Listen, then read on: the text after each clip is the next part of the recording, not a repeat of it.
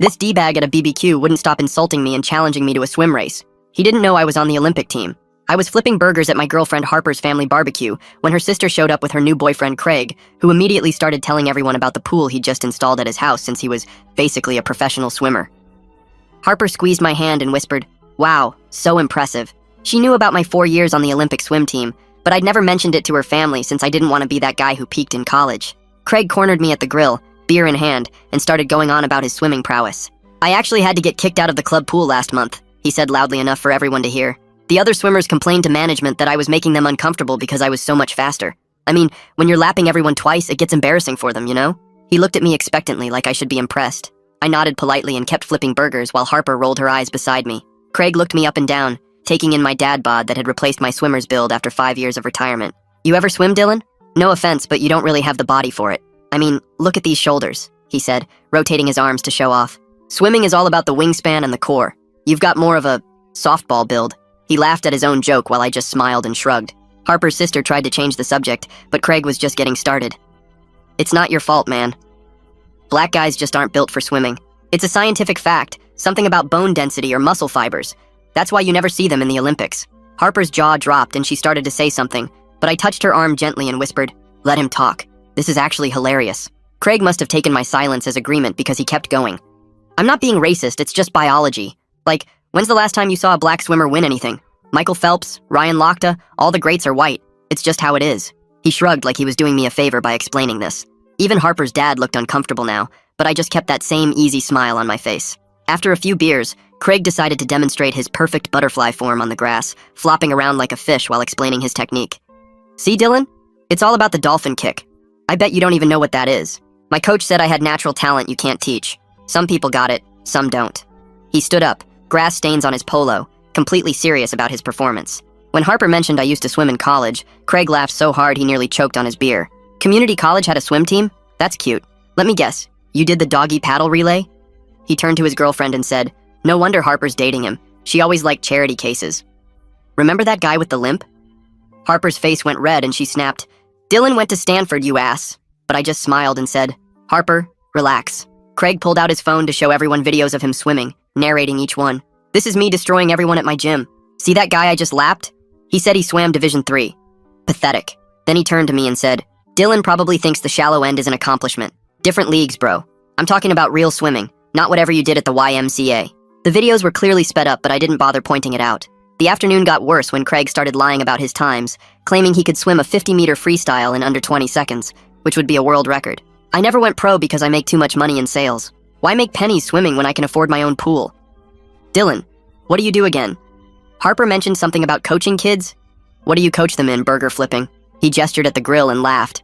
"That's sweet though, giving back to the community since you never made it yourself." I actually laughed at that one because the irony was too perfect. Finally, Craig had drunk enough to issue his challenge. He stood up, swaying slightly, and announced to everyone, "You know what? Let's settle this right now. Dylan, get in my pool and race me, right now. Unless you're scared to lose in front of your girl." He pulled off his shirt dramatically. "Come on, man. 1 lap. Unless you admit you can't swim and I'm superior in every way. What's it gonna be? You gonna hide behind Harper or are you gonna be a man?" Harper looked at me with an expression that said she was completely done with this guy. "Oh my God, just do it already," she said, knowing exactly what was about to happen. Craig stood there smirking, thinking he was about to humiliate me in front of everyone, having no idea he'd just challenged someone with 4 NCAA titles and an Olympic trials record that still hadn't been broken. So I said, "Sure, man. 1 lap." Craig grabbed his keys off the table and started walking toward his car, while everyone else looked at each other trying to figure out the logistics. Harper's dad stepped in and took the keys from Craig's hand, saying nobody was riding with someone who'd been drinking that much. Craig protested, but his girlfriend grabbed his arm and steered him toward her car, while Harper and I headed to mine with her parents following in theirs. The whole convoy of cars pulled out of the driveway with Craig hanging out the passenger window of his girlfriend's car, yelling about how I was about to learn what real swimming looked like. Harper squeezed my hand tight as we drove and whispered she couldn't wait to see his face when he realized what he'd gotten himself into. I kept my eyes on the road and focused on staying calm, because even though it had been 5 years since I'd competed seriously, my body still remembered what it felt like to destroy someone in the water. Craig's house was only 10 minutes away, and when we pulled up I had to admit his pool setup was actually pretty nice. The pool stretched 25 yards with proper lane lines and everything, though I could tell from the way the lane ropes sat loose that he probably never bothered setting them up right. Craig immediately started his tour explaining how he'd personally designed every aspect for optimal training conditions and maximum speed development. He pointed at the shallow end, saying that's where beginners usually stayed, and then gestured at the deep end where real swimmers trained. Everyone just wanted to see the race happen, but Craig kept going on about the filtration system and the special tiles he'd chosen, and how the depth was perfect for generating the right kind of waves. I walked over to check the water while he talked, and suggested we should probably set some ground rules for safety, since he'd been drinking pretty heavily all afternoon. Craig waved his hand, dismissing my concern, and said real swimmers didn't need rules because the water was their natural element. Harper's dad spoke up firmly, saying we absolutely needed to be smart about this, and nobody was getting in that pool without some basic safety measures in place. Craig rolled his eyes, but his girlfriend agreed with Harper's dad, so he had to go along with it. That's when Craig started pulling off his clothes right there on the pool deck, and I realized he was stripping down to his underwear since he didn't have swim trunks at his own house. Everyone got real uncomfortable real fast, and Harper's sister finally convinced him to at least keep his shorts on, even though he complained they would create drag and slow him down. I mentioned we should probably have someone neutral time this to make sure it was fair for both of us, and Craig immediately scoffed, saying I was already making excuses before we even got started. Several people agreed it made sense to have an official timekeeper though, and Harper's mom volunteered to use her phone's stopwatch since she didn't care who won. Craig started his warm-up routine, which consisted of aggressive arm swings that looked more like he was trying to fight invisible bees than prepare for swimming. He grunted loudly with each swing and kept checking to make sure everyone was watching his technique. Meanwhile, I quietly stretched my shoulders the way I'd done thousands of times before and dipped my hand in the water to check the temperature. Harper had her phone out filming everything and said loud enough for everyone to hear that she wanted to remember this moment forever. Craig heard that and flexed for the camera, saying she could use the video to show people what peak performance looked like. Harper's sister pulled me aside while Craig was distracted and apologized for his behavior, especially all the racist stuff he'd said earlier. Her face looked miserable, and I could tell she was realizing her boyfriend was about to embarrass himself in front of her whole family. I told her it wasn't her fault and that Craig seemed to have some issues he needed to work through, but she still looked like she wanted to disappear. Craig called me back over and started explaining the rules to me like I was a 5-year-old who'd never been in a pool before. He used his hands to show me that one lap meant down to the other end and back, and that we'd be doing freestyle, which meant any stroke I wanted as long as I didn't touch the bottom or the lane lines. I nodded along patiently, while Harper stood behind him, barely containing her laughter at how ridiculous this whole thing was. Craig kept going, explaining that we'd start in the water since he didn't have starting blocks, and that meant pushing off the wall when someone said go. More people from the BBQ started showing up to watch, and Craig immediately played to the crowd, saying he'd try not to lap me, but sometimes his competitive nature just took over. Someone mentioned they should probably have towels ready for afterward, and I appreciated that at least a few people were being practical about this whole situation. Craig kept posing and flexing for the growing audience, while I just stood there waiting for him to finish his show. Finally, we both got in the water at opposite ends of the pool to get ready for push starts, and the water was actually colder than I expected, which made my muscles tense up for a second. Craig immediately started complaining that the cold water was throwing off his rhythm, and his muscles weren't responding right, and maybe we should wait for it to warm up. Harper's dad said we were doing this now, or not at all, so Craig stopped complaining and got into position against the wall. I pushed off the wall in a slow practice start to show Craig what we were doing, my body remembering the motion even after 5 years away from competition. Craig watched me glide halfway across the pool before he tried his own practice start, which was basically him shoving off the wall with his feet while his arms flailed around randomly. He came up sputtering after 3 strokes and said he was just warming up and the real one would be different. Harper's dad stepped forward and offered to do the countdown for us since we needed someone neutral to call the start. Craig immediately demanded that we go on go instead of 3, because that's how real races work according to him. I nodded and agreed to whatever made him comfortable since it wouldn't change the outcome anyway. Harper grabbed my arm and pulled me to the side of the pool for a second, while Craig was adjusting his shorts. She asked if I was really okay doing this since Craig had been drinking and might try something stupid in the water. I told her I dealt with way worse at actual competitions, and one drunk guy wasn't going to be a problem. She squeezed my hand and went back to stand with her family, while Craig started doing more of his weird arm circles. Imani Wade, who was one of Harper's family friends, stepped forward with her phone and volunteered to time the race since she didn't know either of us that well. She positioned herself at what would be the finish line and pulled up the stopwatch app to get ready. Craig started arguing that we should do 50 yards, which meant down and back, but he nearly tripped just walking along the pool edge. Harper's dad and a few others immediately said 25 yards one way was enough given Craig's condition and the fact that his pool didn't have proper walls for turns. Craig grumbled about it giving me an advantage, but eventually agreed when his girlfriend told him to stop being difficult. That's when we heard someone calling from the fence, and this older guy named Ed Gilmore, who lived next door, came over asking what all the noise was about. When someone explained we were having a swimming race, Ed disappeared for a minute, then came back with an actual stopwatch from his garage. He said he used to time his grandson's swim meets and offered to help time as a completely neutral party since he didn't know either of us. Now we had 2 timekeepers, which made this whole thing feel more official than it needed to be. A couple of the teenagers started pulling pool toys and floating beer cans out of the lanes, while Craig and I took a few easy strokes to warm up. My warm-up was just smooth freestyle to get a feel for the water temperature and distance, while Craig's looked like he was trying to beat the water into submission. Every stroke sent huge splashes everywhere, and his legs kicked so wide that he almost hit the lane line with every movement. Harper's dad gathered everyone together and said he wanted this to stay respectful with no trash talk during the actual race. Harper's sister looked grateful that her dad was trying to keep things civil, even though Craig muttered something about not needing anyone to protect him.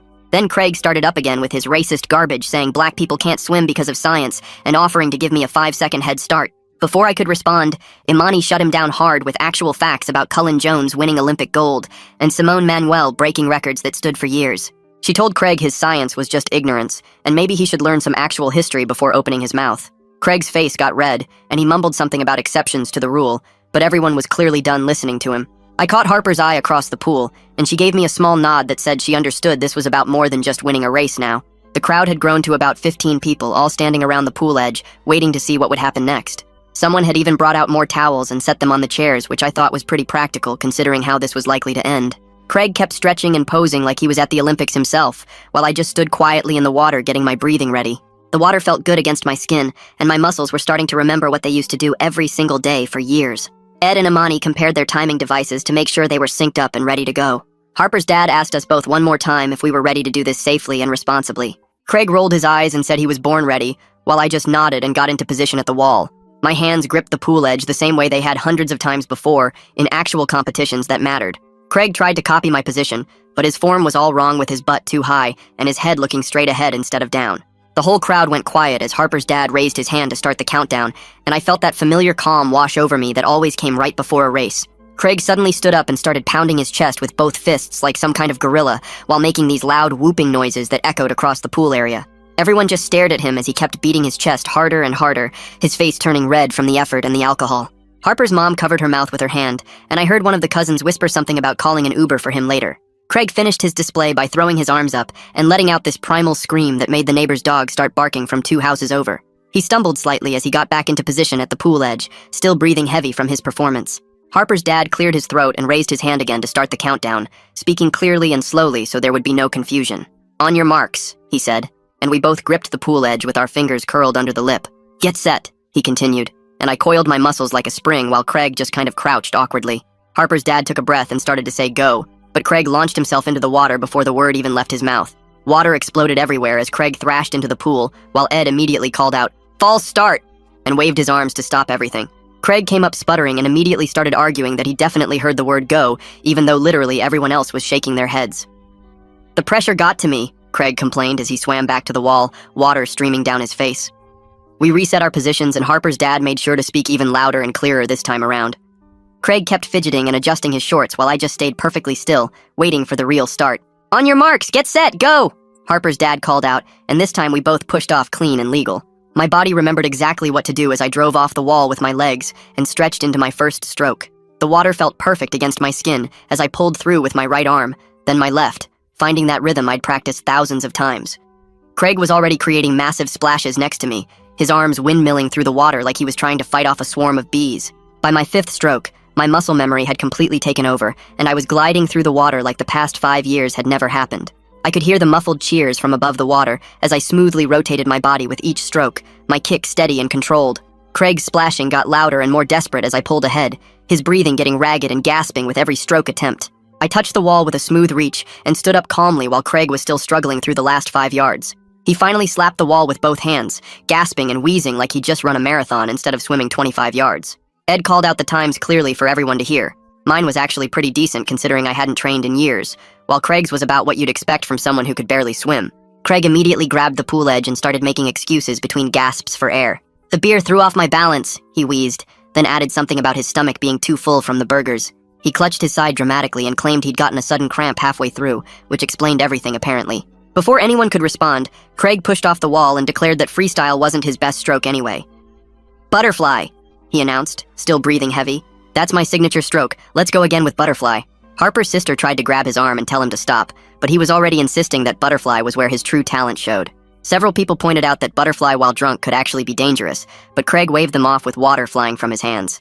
Harper's dad suggested we should only go the width of the pool for safety if we were really doing butterfly. Craig complained that the shorter distance gave me an advantage somehow, but finally agreed when everyone insisted on safety first. We moved to the side of the pool where it was only about 15 feet across instead of the full 25-yard length. Craig kept trying to demonstrate his butterfly technique while standing in the water. his arms swinging wildly and hitting the water with loud slaps. I just waited quietly at the wall, knowing exactly how this was about to go down. Ed and Imani repositioned themselves at the opposite side with their timing devices, ready for the widthwise sprint. Harper's dad gave us another countdown, and we pushed off for the butterfly demonstration. I kept my form tight and controlled, my arms sweeping forward together while my legs did the dolphin kick I'd perfected years ago. Craig managed maybe 2 actual butterfly strokes before his coordination completely fell apart, and he started doing something that looked like a mix between doggy paddle and actually drowning. Water went everywhere as he thrashed and gasped, his arms moving at different times and his legs kicking randomly. I touched the far wall without even needing to take a breath while Craig was still flailing in the middle of the pool. He finally made it to the wall and clung to it with both hands, coughing and spitting out water. Craig's face was bright red as he started yelling that Ed must have messed up the timing somehow. Ed calmly read out both times again from his stopwatch and even showed Craig the display. Even Craig couldn't argue with a 12-second difference in a widthwise sprint that should have taken maybe 8 seconds total. Harper's sister finally lost it and grabbed Craig by the arm, pulling him away from the pool while water dripped everywhere. We could all hear her telling him he was embarrassing both himself and her in front of her entire family. Craig kept insisting the pool must be different dimensions than what he ordered, which made absolutely no sense to anyone listening. He tried to pull away from her to measure the pool, but she kept dragging him toward the chairs. Harper came over to me as I climbed out of the pool and grabbed the towel someone handed me.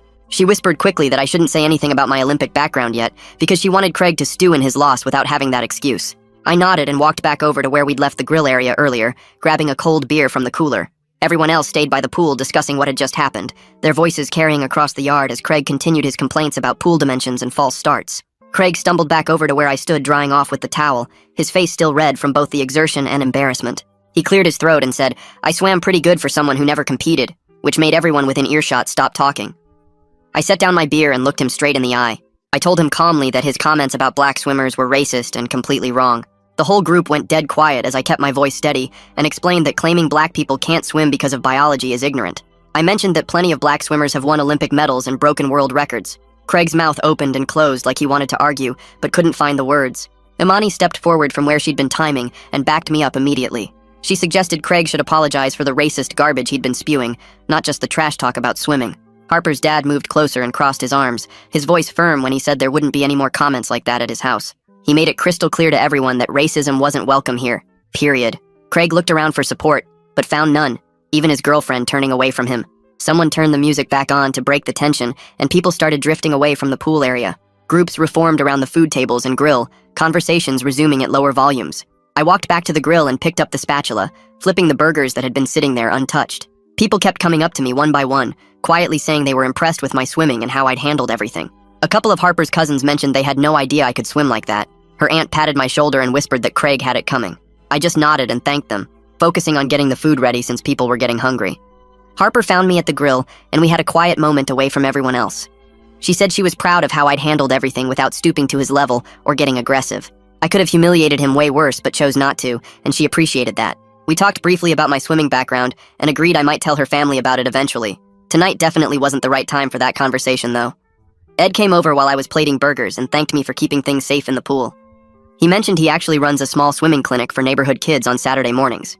He'd clearly recognized my technique, and suggested I might want to help out sometime if I was interested. I told him I'd think about it, genuinely considering the idea of teaching kids who actually wanted to learn. He gave me his number and said no pressure, just thought I might enjoy it. Meanwhile, Imani was checking on Harper's sister to make sure she had a safe way home. Craig was obviously way too drunk to drive anywhere, and his girlfriend looked mortified by the whole situation. They worked out a plan where Harper's dad would drive them both home later. Craig's car would stay in the driveway overnight, and he could get it tomorrow when he sobered up. Harper's sister kept apologizing to people for bringing him, clearly embarrassed by his behavior. About 20 minutes later, Craig came back over to where I was serving food.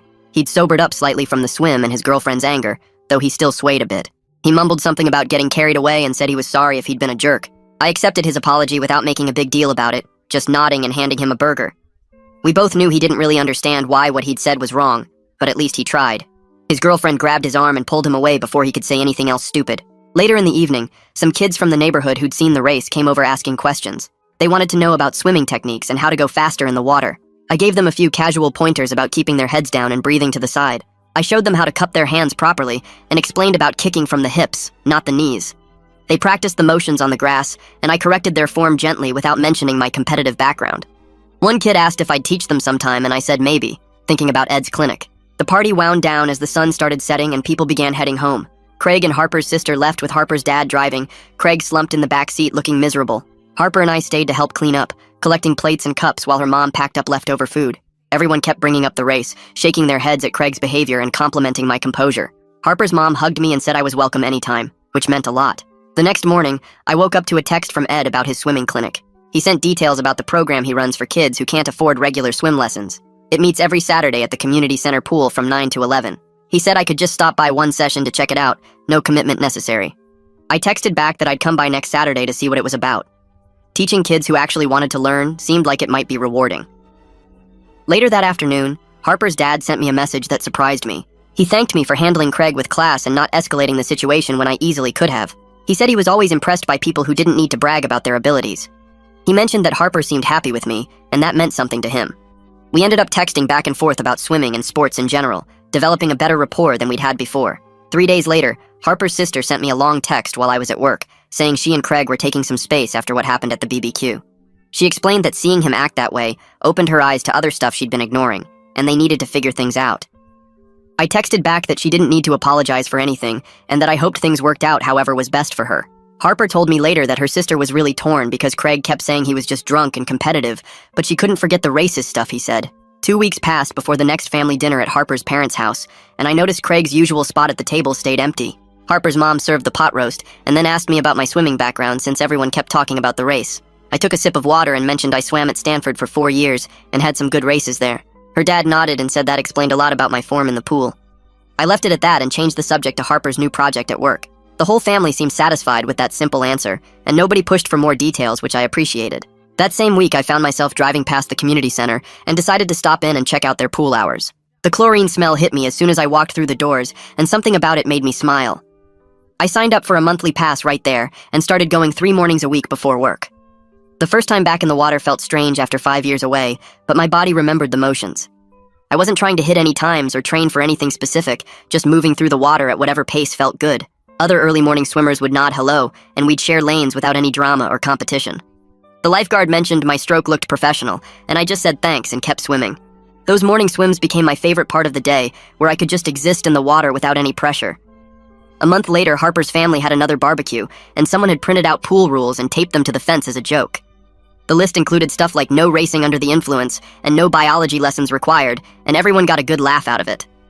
Harper's dad started calling me Coach when I walked in, and pretty soon everyone picked it up as a friendly nickname. I manned the grill again and noticed Harper's sister showed up alone looking more relaxed than she had in months. She came over to thank me for being cool about everything and mentioned she and Craig had officially broken up the week before. The afternoon went smooth with kids splashing in the pool and adults sitting around talking about normal stuff. Nobody brought up swimming or racing, and I was perfectly happy keeping my Olympic background to myself for now. Well, folks, that's all from me today. Thanks for letting me toss in my clever little observations along the way. Until we meet again, stay sharp. If you made it to the end, drop a comment. I love reading all your comments.